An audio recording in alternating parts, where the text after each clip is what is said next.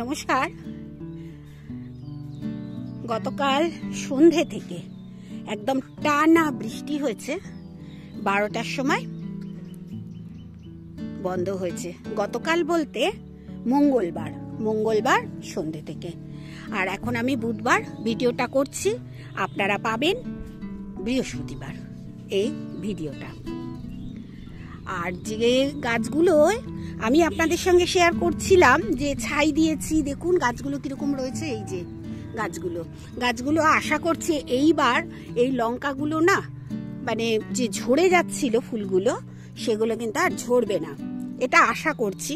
তবে সময় লাগবে, দেখতে হবে, মানে সময় অন্তত 1 সপ্তাহ 2 সপ্তাহ দেখলে বোঝা যাবে। এখন এই ধৈর্যটা আমাকে ধরে রাখতে হবে জানার জন্য। আজকে ছাদে এসে প্রচুর, দেখুন আমি এই যে সার জলটা করে যাই, এটা টিলটিলে হয়ে গেছিল। এখন তো সার জল লাগছে না, তবু দেখুন এখন একটু না একটু কমিয়ে দিতেই হবে। আর ওখানে তরল সারের ওপর, যেহেতু ইঁদুর হচ্ছে না, তাই তরল সারের ওপর আমি একটা গাছ চাপিয়ে রেখেছি, যাতে ইঁদুরটা ভেতরে না ঢুকতে পারে। আর যাদের ছাদ বাগানে মানে এইরকম সবুজ গ্রো ব্যাগ আছে, দেখাই। এই যে সবুজ গ্রো ব্যাগ বড় বড়, এটা আমার 18x18 গ্রো ব্যাগ, বিরাট বড়, ওই জন্যই এত ভেতরে রেখেছি। আর এই গ্রো ব্যাগগুলোয় যদি এখন আপনারা অনেকেই আমি দেখছি না যে কিচেন যে সবজিগুলো খোসাগুলো কিচেনের, সেগুলো দিয়ে এখন মাটি চাপা দিচ্ছেন, দেবেন না। আমি গত বছর দিয়েছিলাম ওই অত বড় গ্রো ব্যাগটা, নিচ থেকে ফুটো করে ওর যে খাবারগুলো মানে খোসাগুলো, সেগুলো সব খেয়ে গেছিল ইঁদুরে। এতে আমার অত বড় গ্রো ব্যাগটা পুরো নষ্ট হয়ে গেছে। এখন কি হয়েছে, আমি ওই জায়গাটায় একটা কোনো সাপোর্ট দিয়ে মাটিটাকে দিয়েছি, যদিও এবারে শীতকালে ওর মাটিটাটি ফেলে ওখানে দেখবো কিছু করা যায় কিনা, নইলে কিন্তু আমার গ্রো ব্যাগটা নষ্টই হয়ে গেল। এটার জন্য বারবার আমি বলছি, আমার যেগুলো হয়েছে সেগুলোই বলি।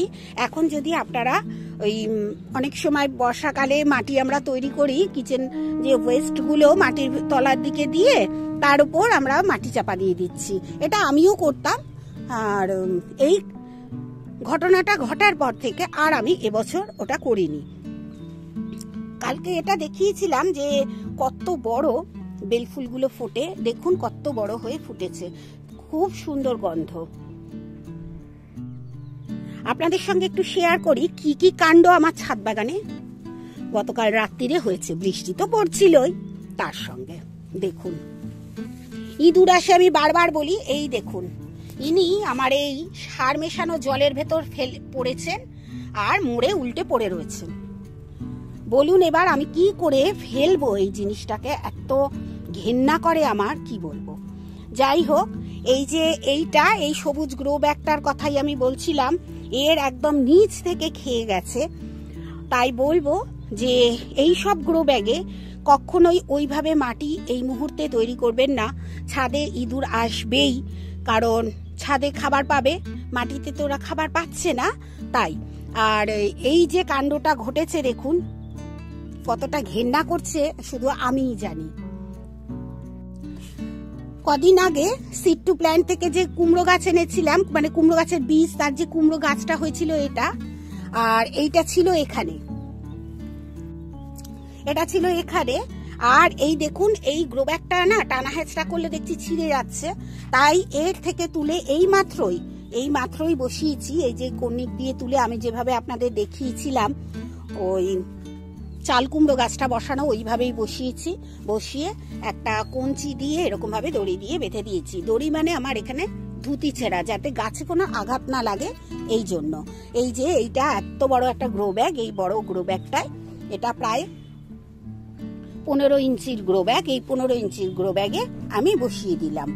আর এইখানটা এখন ফাঁকা হয়ে গেছে, এটাকে নাবাবো। আমার তো ভারী ধরা বারণ, আমি হাজবেন্ডকে বলেছি, উনি এসে নাবিয়ে দেবেন। এটা নাবালে এই যে ফাটা, এটা মুড়ে দেব, দিয়ে এটা আরেকটু মাটি দিয়ে লাল শাকের দানা দিয়ে দেবো, তাহলে এটা ভরে যাবে।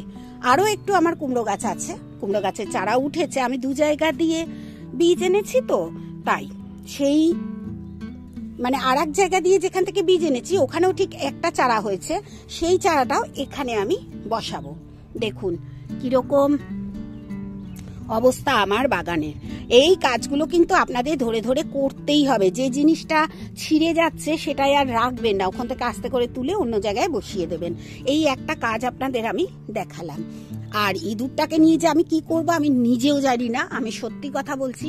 মানে আমার এত ঘেন্না করে এইসব জিনিস ইঁদুরের জন্য।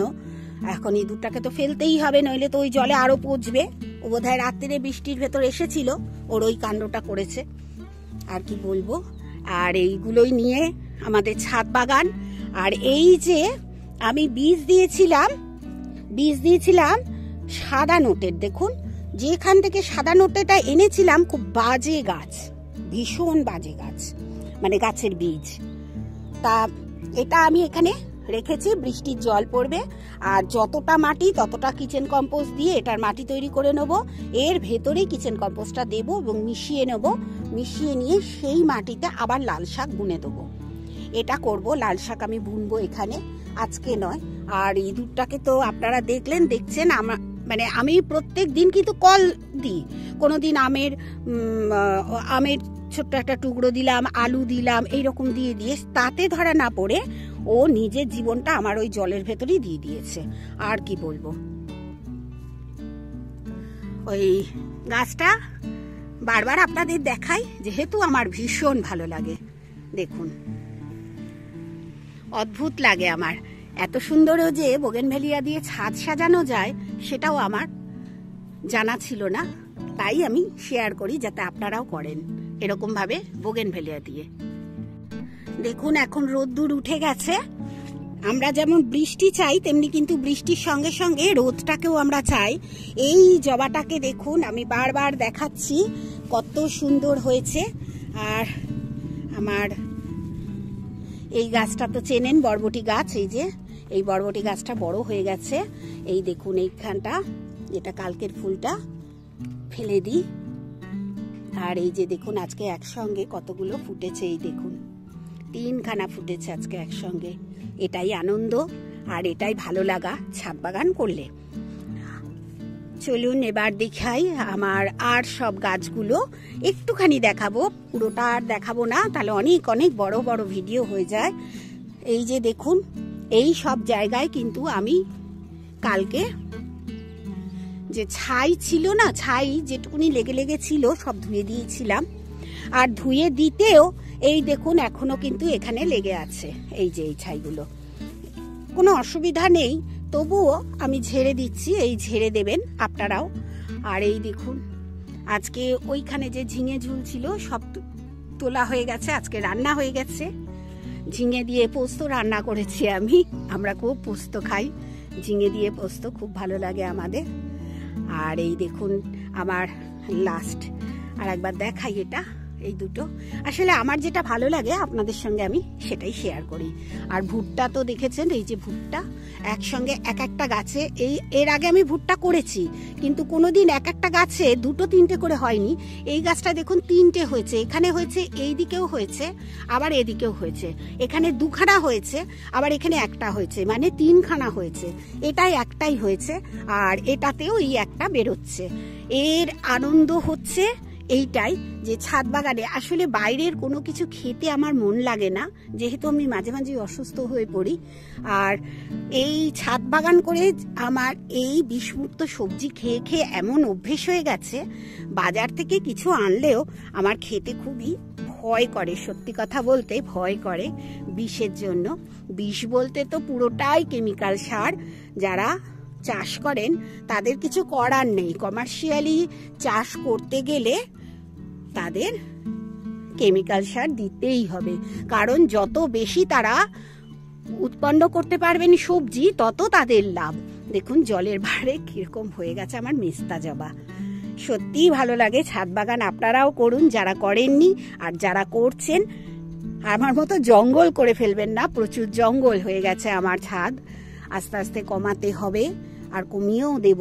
যেমন এই সব জায়গা দিয়ে কেটে কেটে আমি চারা বানিয়ে নেব, এইসব করতেই হবে। আর আগে যেটা দেখালাম কুমড়ো গাছ ওই স্ল্যাবে আছে, আর এটা মধ্যিখান জায়গাটা।